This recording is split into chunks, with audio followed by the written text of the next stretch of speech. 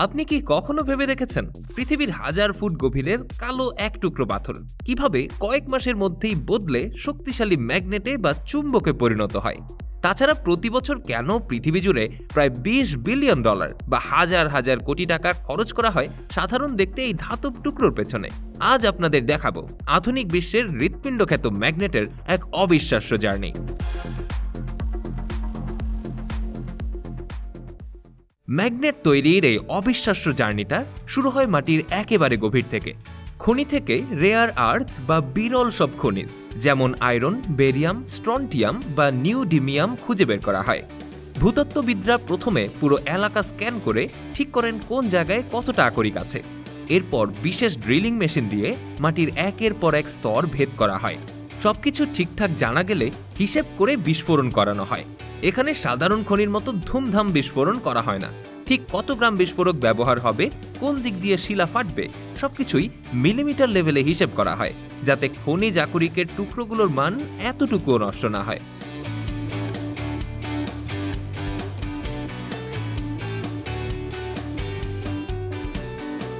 এরপর বিশাল সব heavy duty conveyor belt আর ট্রাকে করে টনে টনে আকরিক কারখানায় নিয়ে আসা হয়। কারখানায় আনার পর শুরু হয় এক বিশাল কর্মযজ্ঞ। পাথরগুলো কারখানায় পৌঁছানোর পর প্রথমেই সেগুলোকে ভালোভাবে ধুয়ে ফেলা হয়, যাতে উপরে থাকা কাদা, ধুলো কিংবা অমিশ পরিষ্কার হয়ে যায়। এরপর এগুলোকে পাঠানো হয় বিশাল এক গ্রাইন্ডিং সেকশনে। এখানে শুরু হয় পাথরকে সূক্ষ্ম পাউডারে রূপান্তরের ধাপ। এখানে বল মিল বা জেট মিল মেশিনের ভেতর এগুলোকে ঢেলে দেওয়া হয়। মেশিনগুলো একটানা 4 থেকে 6 ঘন্টা ধরে ঘুরতে থাকে এবং পাথরগুলোকে পেশাই করতে থাকে। ততক্ষণ পর্যন্ত পেশাই করা হয় যতক্ষণ না এগুলো চুলের থেকেও সূক্ষ্ম পাউডারে পরিণত হয়। এই পর্যায়ে মেশিনের তাপমাত্রা সবসময় 180 ডিগ্রি ফারেনহাইটের নিচে রাখা হয়, যাতে ম্যাগনেটের প্রাকৃতিক শক্তি নষ্ট না হয়ে যায়। গ্রাইন্ডিং শেষ হলে শুরু হয় ফ্লোটেশন বা ভাসমান প্রক্রিয়া, যেখানে বিশাল ট্যাঙ্কে পানির সাথে বিশেষ কেমিক্যাল মিশিয়ে একটা ফেনা তৈরি করা হয়। এখানে ঘটে এক অদ্ভুত বিজ্ঞান। আসল দামি খনিজ কণাগুলো বাতাসের বুদবুদের সাথে আটকে ভেসে উপরে উঠে আসে, আর পাথর বালি নিচে তলিয়ে যায়। এই পুরো কাজটাই আবার হয় সম্পূর্ণ বদ্ধ একটা ট্যাঙ্কের ভেতর, যাতে কোনো ক্ষতিকর গ্যাস বা ধুলো বাইরে বেরিয়ে না আসতে পারে। আর এবার শুরু হয় আসল ম্যাজিক, মিশ্রণ বা মিক্সিং। নিউডিমিয়াম, আয়রন এবং বোরন এই ধাতুগুলোকে একেবারে নিখুঁত মাপে মেশানো হয়। এরপর এই মিশ্রণকে একটি ভ্যাকিউম বা বাতাস শূন্য চুল্লিতে ঢোকানো হয়। তবে চুল্লিতে আগুন দেওয়ার আগে পুরো বাতাস বের করে সেখানে আর্গন গ্যাস ভরে দেওয়া হয়, কারণ বাতাসের সামান্য অক্সিজেনও যদি এই গলন্ত ধাতুর সংস্পর্শে আসে তাহলে পুরো নিউডিমিয়ামই নষ্ট হয়ে যেতে পারে।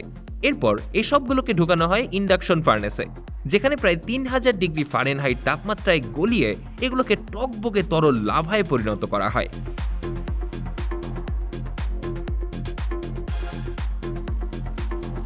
এরপর চোখের পলকে এগুলোকে ঠান্ডা করে পাতলা ফ্লেক্স বা ধাতব চিপসের মতো তৈরি করা হয়। ভাবছেন কাজ শেষ? একদমই না। এই চিপসগুলোকে আবার মেশিনে দিয়ে মিহি পাউডার বানানো হয়। এবার কণাগুলো আরো ছোট, মাত্র কয়েক মাইক্রন। এই পাউডারকে ঢোকানো হয় স্টিলের ছাঁচে। ছাঁচের চারপাশে থাকে শক্তিশালী চুম্বক ক্ষেত্র, যার শক্তি কয়েক টেসলা পর্যন্ত উঠে যায়। ফলে পাউডারের কণাগুলো হাজার হাজার কম্পাসের কাঁটার মতো একই দিকে মুখ করে সোজা হয়ে যায়। মাত্র কয়েক সেকেন্ডের এই প্রসেসটাই নির্ধারণ করে ম্যাগনেটটা ভবিষ্যতে কতটা শক্তিশালী হবে। প্রেস করার পর যে ব্লকগুলো পাওয়া যায় সেগুলো কিন্তু মাটির ইটের মতো ঠুনকো থাকে।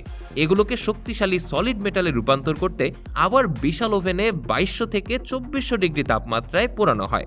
কয়েক ঘন্টা ধরে এই তাপে থাকার ফলে পাউডারের কণাগুলো একে অপরের সাথে জোড়া লেগে নিরেট এক ধাতব খণ্ডে পরিণত হয়। ফ্যাক্টরির পরের ধাপে ডায়মন্ড কাটার বা লেজার মেশিন দিয়ে এই ব্লকগুলোকে কেটে নির্দিষ্ট সাইজ করা হয়।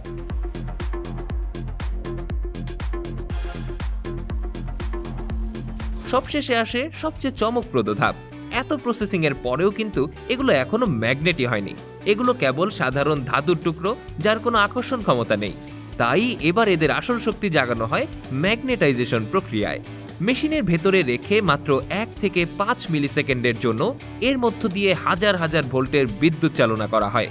আর এই এক নিমেষেই যে ম্যাগনেটিক ফিল্ড তৈরি হয় তা পৃথিবীর স্বাভাবিক চুম্বক ক্ষেত্রের চেয়ে প্রায় 10,000 গুণ বেশি শক্তিশালী।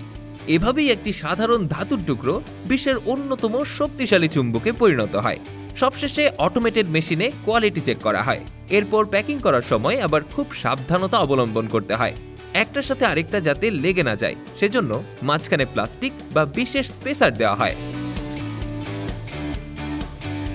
প্যাকিং শেষ হলে এই ম্যাগনেটগুলো চলে যায় টেসলার মতো ইলেকট্রিক গাড়ির মোটরে, বিশাল উইন্ড টারবাইনে কিংবা হাসপাতালের এমআরআই মেশিনে। মাটির নিচের পাথর থেকে শুরু করে অত্যাধুনিক প্রযুক্তির চাকা ঘোরানো এই ছোট ধাতব টুকরোগুলোই আমাদের আধুনিক সভ্যতার অদৃশ্য শক্তি হিসেবে কাজ করে। যেই ছোট টুকরো ধাতুকে আমরা সাধারণ চোখে দেখি, সেটাই আসলে পৃথিবীর সবচেয়ে শক্তিশালী প্রযুক্তিগুলোর অদৃশ্য হৃৎপিণ্ড। আর এর পেছনে লুকিয়ে থাকে খনি থেকে কারখানা পর্যন্ত অসংখ্য ধাপ, নিখুঁত বিজ্ঞান আর মানুষের অসাধারণ উদ্ভাবন শক্তি। আজ এ পর্যন্তই, আবারও ফিরব অদ্ভুত কোনো বিজ্ঞান কিংবা প্রযুক্তির সফরে। ধন্যবাদ।